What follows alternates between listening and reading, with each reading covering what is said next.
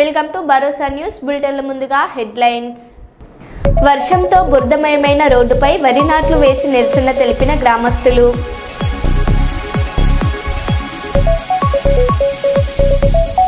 మల్దీవులతో స్వేచ్ఛ వాణిజ్యంపై చర్చలు ప్రధాని మోదీ.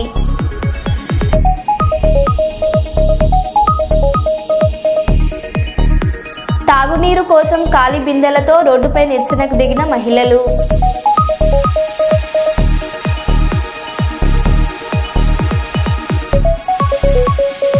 సుల్తానాబాద్ లయన్స్ క్లబ్ ఆధ్వర్యంలో రిటైర్డ్ ఆర్మీ సైనికులకు సన్మానం.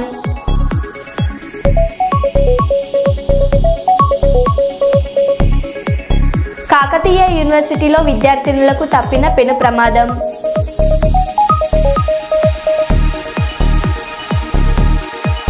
ఇక వివరాల్లోకి వెళ్తే, వార్తా పత్రికల్లో తప్పుడు కథనాలు వ్రాసే వారిపై చట్టపరమైన చర్యలు తీసుకుంటామని కర్నూలు రేంజ్ డీఐజీ కోయ ప్రవీణ్ తెలిపారు. కర్నూలులోని డీఐజీ కార్యాలయంలో ఆయన మీడియా సమావేశం నిర్వహించారు. ఈ సందర్భంగా డీఐజీ మాట్లాడారు.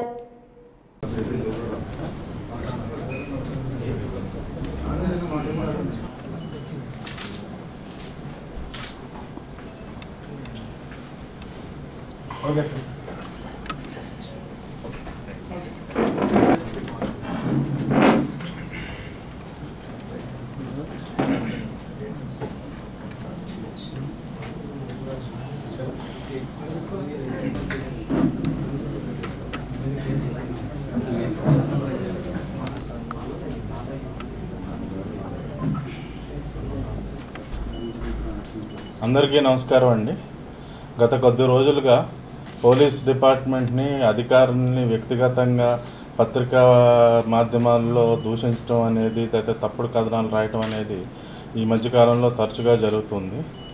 సో దానిపై మేము అధికారులం కాబట్టి మేము స్పందించకపోయేసరికి ఏమవుతుందంటే, ఎవరు స్పందించకపోయేసరికి రకరకాలుగా కొంతమంది గుసగుసలు ఏమో దానిలో ఎంతో కొంత నిజం ఉంటుంది అనే విధంగా వెళ్తుంది. అందుకే నేను ఈ యొక్క స్పందించడం జరిగింది. ఈరోజు ఒక పత్రికలో ఒక కథనం అయితే వచ్చింది. అందులో నేను గతంలో పనిచేసిన విశాఖపట్నం గురించి, తర్వాత కాకినాడలో పనిచేసిన పోర్టు గురించి అన్నీ రాశారు.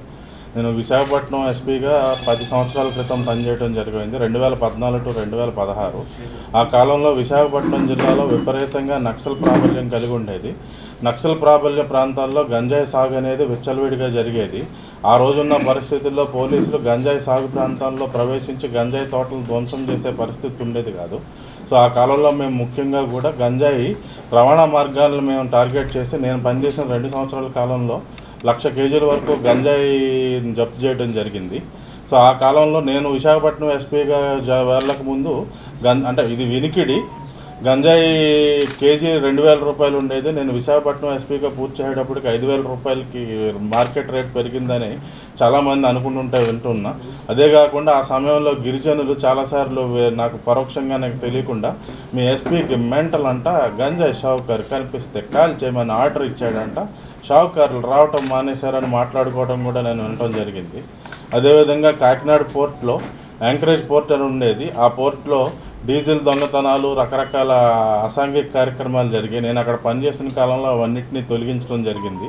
సో మాకు ఎన్ఫోర్స్మెంట్ పవర్స్ లేకపోయినా కానీ అక్కడ మా పర్యవేక్షణలో ఉన్న ప్రదేశాల్లో అసాంఘిక కార్యక్రమాలను మేము తొలగించడం వల్ల అప్పుడు కూడా దళారు వ్యవస్థ, పాతుకుపోయిన దళారులు అనేక చోట్ల ఫిర్యాదు చేయడం జరిగింది. ఎక్కడా ఏమీ రాలేదు.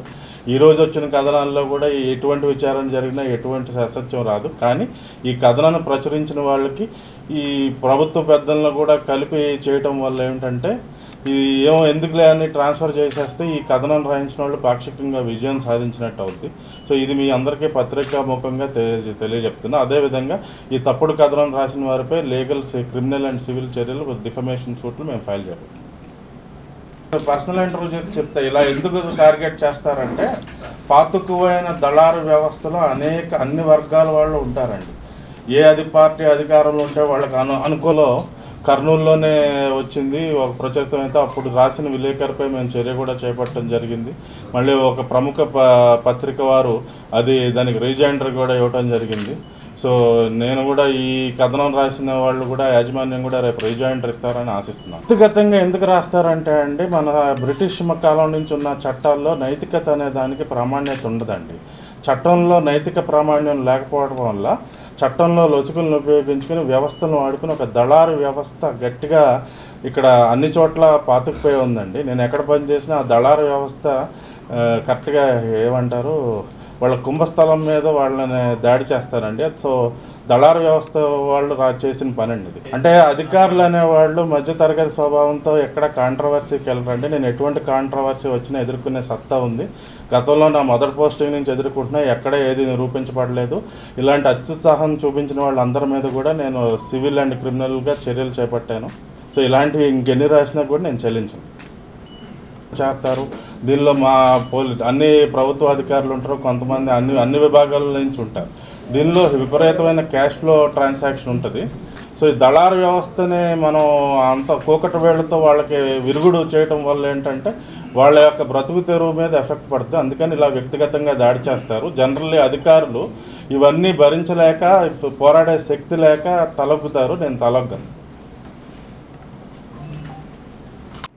మంచిర్యాల జిల్లా కేంద్రంలోని సాయికుంటలో గల గిరిజన సంక్షేమ వసతి గృహం, ఎన్టీఆర్ నగర్లో గల షెడ్యూల కులాల సంక్షేమ వసతి గృహాలను జిల్లా కలెక్టర్ కుమార్ దీపక్ సందర్శించి విద్యార్థులకు అందిస్తున్న సౌకర్యాలను పరిశీలించిన అనంతరం విద్యార్థులతో కలిసి అల్పాహారం చేశారు.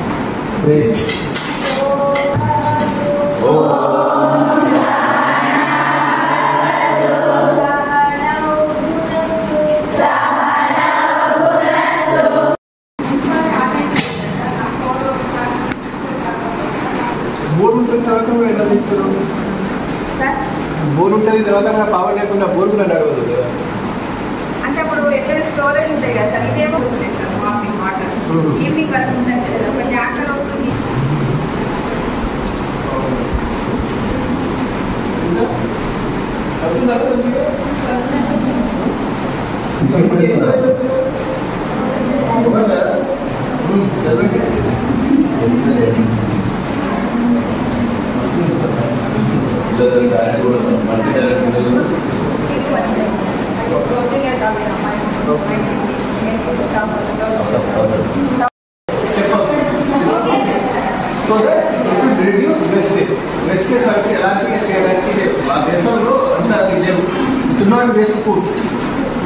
ఈరోజు మంచిర్యాల డిస్ట్రిక్ట్ సెంటర్లో ఉన్న ఎస్సీ వెల్ఫేర్ హాస్టల్కి బ్రేక్ఫాస్ట్ పిల్లలతో పాటు చేసి వాళ్ళతోటి ఇలా ఇంకా ఏమైనా ఇష్యూ ఇక్కడ ఉన్నాయా, అన్ని మంచిగా భోజనం పెడుతున్నారా లేదా, మెనూ పరంగా పెడుతున్నారా లేదా, హెల్త్ ఫెసిలిటీ సఫిషియెంట్గా ఉందా లేదా, ఏమైనా ఇబ్బంది పడుతున్నారా. ఇది పోస్ట్ మెట్రిక్ హాస్టల్ ఉన్నాయి కాబట్టి పిల్లలు పెద్ద పెద్ద means they are matured children ఇక్కడ ఉన్నారు. అండ్ ఈ హాస్టల్స్ నుంచి రిజల్ట్స్ కూడా మంచిగా వస్తున్నాయి. సో వాళ్ళ నుంచి అడిగితే భోజనం కరెక్ట్గా పెడుతున్నారు. వాటర్కి సంబంధించిన సమస్య ఉంది, మనం ఖచ్చితంగా బోర్డు వేస్తాము ఇక్కడ. దాంతోపాటు ఇంకా వాళ్ళకి చెప్పడం జరిగింది, ఏమైనా ఇష్యూ వస్తే మా హాస్టల్ వార్డెన్ అందుబాటులో ఉంటారు 24 hours. దాంతోపాటు ఏఎస్డిఓ ఉంటారు, ఎస్సీడిఓ ఉంటారు. సో అందరూ ఈ హాస్టల్ సంబంధించిన రెసిడెన్షియల్ స్కూల్ ఫెసిలిటీ సంబంధించిన and other educational institute facility సంబంధించిన జిల్లాలో ఏమైనా గవర్నమెంట్ ఇచ్చిన ఇన్స్ట్రక్షన్స్ పరంగా మనం ఫుడ్ పెడుతున్నాము. అన్ని రకాల ఫెసిలిటీ ఇస్తాము. రాష్ట్ర ప్రభుత్వం కూడా హాస్టల్ మీద, రెసిడెన్షియల్ స్కూల్ ఫెసిలిటీ మీద ప్రత్యేకంగా ఫోకస్ పెట్టారు. సో ఐ హోప్ మంచిర్యాల జిల్లాలో ఖచ్చితంగా మనం అన్ని హాస్టల్స్లో అన్ని పిల్లలకి ఎవరైనా హాస్టల్లో ఉండి చదువుతున్నారు లేదంటే గవర్నమెంట్ ఫెసిలిటీలో చదువుతున్నారు, అన్ని రకాల ఫెసిలిటీ గవర్నమెంట్ ఇచ్చిన అన్ని రకాల ఫెసిలిటీ ప్రొవైడ్ చేయగలుగుతాం. Thank you. కర్నూలులో అన్ని రకాల వైద్య సేవలు అందిస్తున్నారని పాణ్యం ఎమ్మెల్యే గౌరు చరితారెడ్డి తెలిపారు. కర్నూలులోని గాయత్రి ఎస్టేట్లో నూతనంగా ఏర్పాటు చేసిన వర్ణ స్కిన్ కేర్ మరియు హెయిర్ ట్రాన్స్ప్లాంట్ ఆసుపత్రిని ఎమ్మెల్యే గౌరు చరితారెడ్డి ప్రారంభించారు. ఈ సందర్భంగా ఎమ్మెల్యే మాట్లాడారు.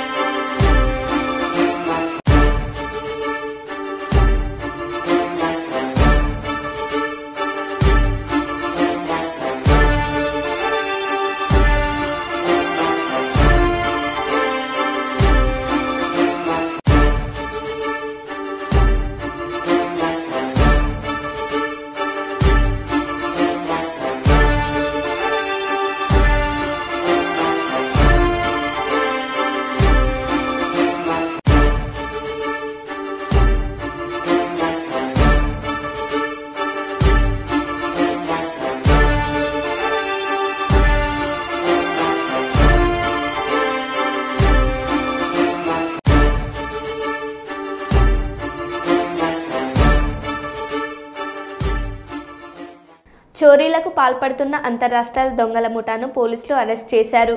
శుక్రవారం హలియా సర్కిల్ కార్యాలయంలో ఎస్పీ శరత్ చంద్ర పవార్ మీడియాకు తెలిపిన వివరాల ప్రకారం చోరీలకు పాల్పడుతున్న 9 మందిని అరెస్ట్ చేసి 25 లక్షల రూపాయల విలువ చేసే 20 బైకులు, 5 సెల్ ఫోన్లు, 2 తులాల బంగారం రికవరీ చేసి రిమాండ్కు పంపినట్లు ఎస్పీ తెలిపారు. ఈ మీడియా సమావేశంలో డీఎస్పీ, సిఐ, ఎస్ఐ పాల్గొన్నారు. మన హాలియా సర్కిల్కి సంబంధించి 20 కేసుల దాకా మనకి బైక్ థెఫ్ట్స్ అన్నీ కూడా రిజిస్టర్ అవ్వడం జరిగింది. వీళ్ళ దగ్గర నుంచి మనము 20 బైక్స్ రికవర్ చేయడం జరిగింది. త్రిపురారంకి సంబంధించి 12 కేసులలో 10 బైకులు, హాలియాలో 8 కేసులకి 10 బైకులు మనం రికవర్ చేసినాం. ఈ బైక్స్ మొత్తం వాల్యూ కూడా సుమారు 25 lakhs దాకా ఉంటుంది. దీంతోపాటు చైన్ స్నాచింగ్ టీమ్ కూడా ఉంది కాబట్టి మనము ఒక 2 తులాల బంగారము, దాంతోపాటు కొన్ని 5 సెల్ ఫోన్లు కూడా మనము రికవర్ చేయడం జరిగింది. అయితే ఈ టీమ్స్కి వస్తే మనము హాలియాలో పట్టుకున్నవి 2 టీమ్స్. ఒకటి శ్రీను ఇంకా నాగరాజ్, వీళ్ళిద్దరు పల్నాడు జిల్లాకి చెందిన వాళ్ళు. వీళ్ళ మీద పాత అఫెన్సులు కూడా చేయడం జరిగింది. వీళ్ళకి హైదరాబాద్లో కొన్ని కేసులు ఉన్నాయి వీళ్ళ మీద. వీళ్ళ దగ్గర నుంచి మనం 6 వెహికల్స్ దాకా రికవర్ చేయడం జరిగింది. మొహమ్మద్ జానీ అనేది ఇతని సింగిల్ అఫెండర్. ఇతని దగ్గర నుంచి మనము బైక్ రికవర్ చేయడం జరిగింది. ముఖ్యంగా త్రిపురారం పోలీస్ స్టేషన్కి సంబంధించి 6 నిందితులు. వీళ్ళలో అడవిదేవులపల్లికి సంబంధించిన వాళ్ళు 3, దామర్చెల్లకు సంబంధించిన వాళ్ళు 2, మిగతా వాళ్ళు హైదరాబాద్, ఒకళ్ళు ఏపీకి సంబంధించిన వాళ్ళు ఉన్నారు. వీళ్ళు కూడా చాలా వరకు జల్సాలకి అలవాటు పడి కొంతవరకు డబ్బులు ఖర్చుకి ఇట్లాంటివన్నీ అఫెన్సులు చేస్తున్నారు. సో ఈ 3ది కూడా మోడస్ ఆపరెండి ఏంటంటే, ఈ త్రిపురారంకి సంబంధించిన టీం వాళ్ళు మనకి ఓపెన్గా పార్క్ చేసి ఉన్న వెహికల్స్ రాత్రిపూట వెళ్ళి వాటిని లాక్ బ్రేక్ చేసి వెహికల్ తీసుకొని వెళ్ళిన తర్వాత దారిలో మళ్ళీ ఏదైనా స్నాచింగ్ లాంటివి కూడా చేయడం ఉన్నది. ఒక స్నాచింగ్ కేసు కూడా వీళ్ళు చేసినారు.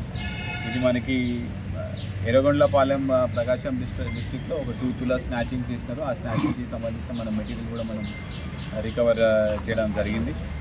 అండ్ మిగతా మన హాలియాకి సంబంధించిన టీంలో వీళ్ళు కూడా బస్ స్టాండ్స్ దగ్గర ఉన్న వెహికల్స్, లేకపోతే ఏదైనా ఎక్స్పెన్సివ్ కొత్త వెహికల్స్ ఉంటే వాటిని లాక్ బ్రేక్ చేయడమా, లేకపోతే కిందికి వెళ్ళి ప్లగ్తో స్టార్ట్ చేయడమా, ఇట్లాంటివన్నీ చేసి వెహికల్స్ అన్నీ కూడా వాళ్ళు దొంగతనం చేయడం జరిగింది. ఇప్పుడు వీళ్ళందరినీ కూడా మేము ఇప్పుడు జ్యుడిషియల్ రిమాండ్కి పంపుతున్నాం. పంపిన తర్వాత మళ్ళీ పోలీస్ కస్టడీ వేసిన తర్వాత ఇంకా ఏమైనా అఫెన్సెస్ ఉన్నాయా, ఇంకేమైనా ప్రాపర్టీ అఫెన్స్లు ఏమైనా చేసినా కూడా మనం వర్కౌట్ చేయడం జరుగుతుంది. అదేవిధంగా వీళ్ళందరి మీద మనము రిపీటెడ్గా ఎన్ని కేసులు ఉన్నాయి కాబట్టి గ్యాంగ్ ఫైల్స్ ఓపెన్ చేయడము, లేకపోతే పీడీ యాక్ట్ పెట్టడం కూడా మనం వర్కౌట్ చేస్తున్నాం. అయితే నల్గొండ జిల్లా హాలియా మండలంలో కూడా దొంగతనాలకు సంబంధించి స్పెషల్గా ఫోకస్ పెడుతున్నాం. ఇక్కడ కూడా దొంగతనాలు కాకుండా కూడా మనం చర్యలు తీసుకుంటాము. అయిన తర్వాత కూడా ఒకవేళ అయితే కూడా ఎమ్మటే పట్టుకునే విధంగా కూడా స్పెషల్గా టీమ్స్ ఫామ్ చేసి వర్కౌట్ చేయడం జరుగుతుంది. ఎంటైర్ ఆపరేషన్ కూడా మన సిఐ హాలియా గారు, మన త్రిపురారం ఎస్ఐ గారు అండ్ ఎస్ఐ హాలియా గారు కూడా ప్రత్యేక చొరవతో ఇది చేయడం జరిగింది. So my hearty congratulations. Maldives అధ్యక్షుడు మహమ్మద్ ముయిజ్ సహా కీలక మంత్రులు వెలేనా ఎయిర్పోర్ట్లో స్వాగతం పలికిన విషయం తెలిసిందే. ఈ నేపథ్యంలో అమ్మ పేరుతో ఒక మొక్క నాటుదాం కార్యక్రమంలో భాగంగా మల్దీవ్స్ ప్రెసిడెంట్ మహమ్మద్ ముయిజ్తో కలిసి మోదీ శుక్రవారం మొక్కలు నాటారు. కాగా పర్యటనలో భాగంగా మోదీ పలు ద్వైపాక్షిక అంశాలపై కీలక నిర్ణయాలు తీసుకున్నట్లు తెలుస్తుంది.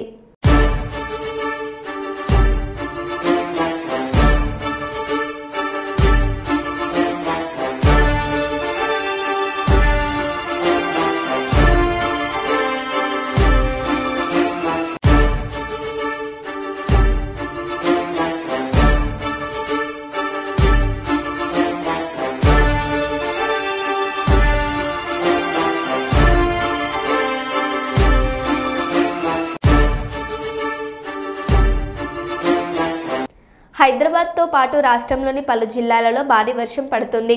నగరంలోని పంజాగుట్ట, యూసఫ్గూడ, జూబ్లీహిల్స్, మాదాపూర్, కూకుట్పల్లి, ఎర్రగడ్డ, బోరబండ, సనత్ నగర్, ఉప్పల్, ఎల్బీ నగర్, మెహదీపట్నం ఏరియాల్లో వర్షం పడుతుంది. రాత్రంతా కూడా హైదరాబాద్ సిటీలో కుండపోత వర్షం కురుస్తుందని వాతావరణ శాఖ తెలిపింది. ప్రజలంతా బయటికి రావద్దని, అత్యవసర సమయాల్లో మాత్రమే బయటకు రావాలని అధికారులు తెలిపారు.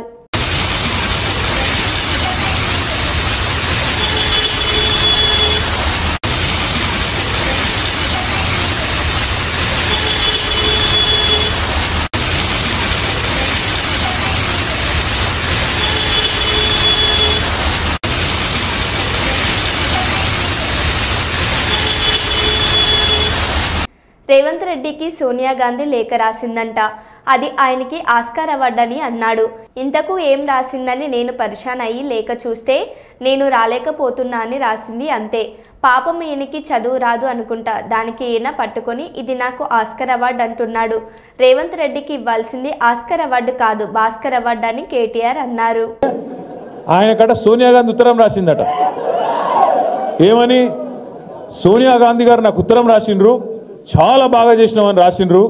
నేను దానికి ఇది నాకు ఆస్కర్ అవార్డు కంటే, నాకు లైఫ్ టైం అచీవ్మెంట్ కంటే, గోల్డ్ మెడల్ కంటే ఇదే నాకు ఎక్కువ అన్నాడు.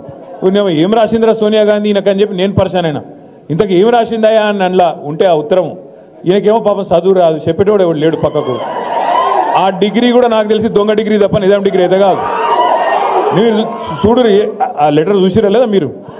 ఆ లెటర్లు ఏం రాసింది తెలుసా? సోనియమ్మ, నువ్వు పిలిచినావు నన్ను, కానీ నేను రాలేకపోతున్నా, ఏమనుకోకని రాసింది. అంతే, అంత తప్ప ఏం రాయాలి. దానికి ఈయన పట్టుకొని ఇగో ఇది నాకు ఆస్కర్ అవార్డు, నీకు కావాల్సింది ఇవ్వాల్సింది ఆస్కర్ అవార్డు కాదురా నాయన, నీకు ఇవ్వాల్సింది భాస్కర్ అవార్డు. అదేదో సినిమాలు చెప్తారు చూడు, భాస్కర్ అవార్డు అని. ఈయన చేసిన మోసాలకు ఇవ్వాల్సింది భాస్కర్ అవార్డే తప్ప ఆస్కర్ అవార్డు అయితే కాదు. జర ఎవడో ఒకడు, జర దయచేసి ఎవరో ఒకరు మీరు పోయి చదువు చెప్పురు కొద్దిగా ఆయనకు. ఎందుకంటే ఆయనకు వాళ్ళు ఉన్నదేదో తెలియదు. ఎవరో ఏదో రాసిస్తే చదువుడు తప్ప లొడలోడ ఒరుడు తప్ప ఏం తెలియదు. గోవా గవర్నర్గా నియమితులైన పూసపాటి అశోక్ గజపతి రాజు కుటుంబ సమేతంగా ఆ రాష్ట్రానికి బయలుదేరారు. విజయనగరంలోని తన నివాసం వద్ద పోలీస్, నేవీ అధికారులు తొలుత ఆయనకు గౌరవ వందనం సమర్పించారు.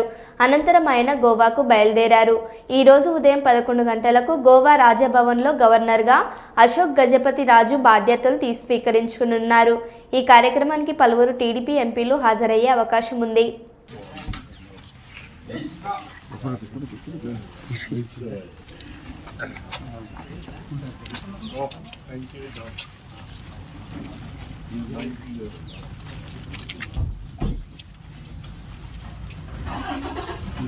బయట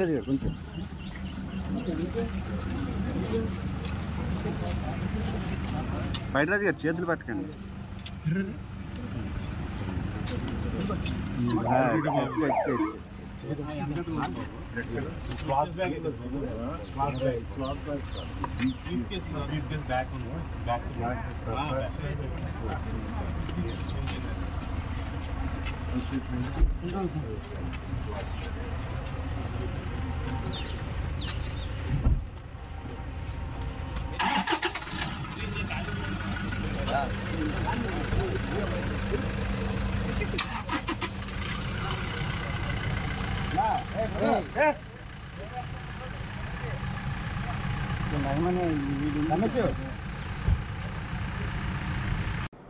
జూలై 26 కార్గిల్ దివాస్ సందర్భంగా స్థానిక ఇండియన్ పబ్లిక్ పాఠశాలలో లయన్స్ క్లబ్ ఆఫ్ సుల్తానాబాద్ ఆధ్వర్యంలో రిటైర్డ్ ఆర్మీ సైనికులను ఘనంగా సన్మానించారు. రిటైర్డ్ సైనికులు మాట్లాడారు.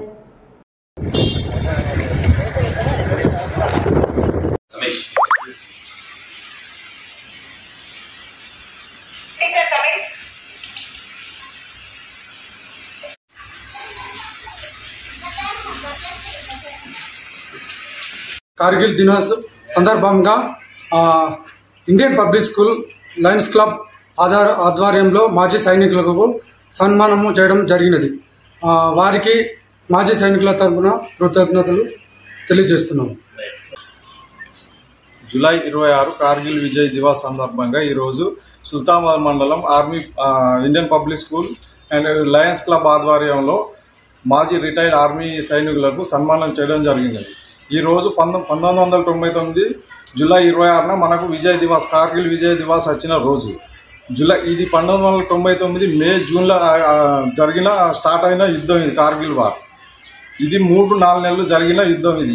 ఈ యుద్ధంలో మన అమరవీరులు మన దేశం కోసం తన తల్లిదండ్రులను తన భార్య పిల్లలను నిలిచిపెట్టి బార్డర్లో కనీసం 100 మంది చనిపోయింది ఈరోజు ఈ 3-4 నెలలు ఈ కార్గిల్ విజయ్ దివాస్ కోసం. అదేవిధంగా ఈరోజు కార్గిల్ విజయ్ దివాస్ జరుపుకుంటుంది.